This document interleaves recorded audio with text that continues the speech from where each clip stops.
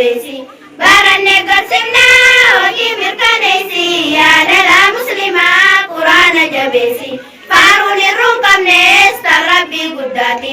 alhamdulillahi jannaa jaamarti rabbii koo faarfachuun dirqama nurratti yoon isa faarfadhees tan jirtu naaf tolti rabbuma faarsuudhaan tan hin jirres dhufti hinamnu duubatti hojii mirkaneessi yaadala muslimaa quraana jabeesi hinamnu duubatti hojii mirkaneessi yaadala muslimaa quraana jabeesi mata dubbii keenya bismillaan eegalla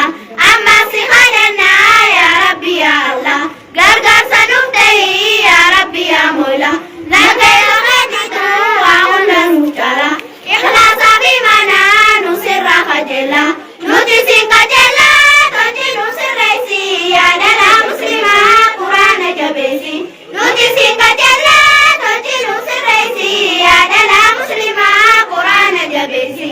aadaan qaabannaa karaa qophii teenya nuraan fagaatinaa obboleewwan keenya hedduu nu yaachisee waa'een biyya keenya sakaalamnee jirraa yaa ummata keenya nurratti salphatee kabajaan keenya diini waliin barree har'a ijoolleen teenya ililaa mul'aadhaa irree hedduu keenya maa walaalaan teenya dubraa dargaggeessi yaadala muslimaa quraana jabeesi maa walaalaan teenya dubraa dargaggeessi yaadala muslimaa quraana jabeesi yaa rabbi yaa allah si kooba dureessi maa jaaltulee dhalaalee sabeessi nu jachaa turanii jaasaa dargaggeessi baranne garsimna hojii mirkaneessi yaadala muslimaa quraana jabeesi baranne garsimna hojii mirkaneessi yaadala muslimaa quraana jabeesi rabbiitu naaf kannee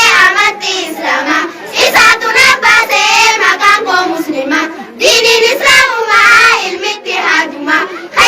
keessaa'u dubartiin dirqama diininaa wal bartuu dubartiin islama oqanni qabdii rakkoon hawaasummaa waan takkaa filamaa waan kana siifimaa ilmiitiin islaamaa barii biyyaaf keessi yaadala muslimaa quraana jabeesi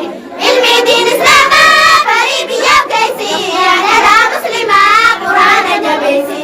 yaa hoosa keenyaa quraana dhageessa ilmiidha barannaa haati wal kaasa barachuudhaaf Apa izin bisnya enggak? baratuun nurra kan kaleessa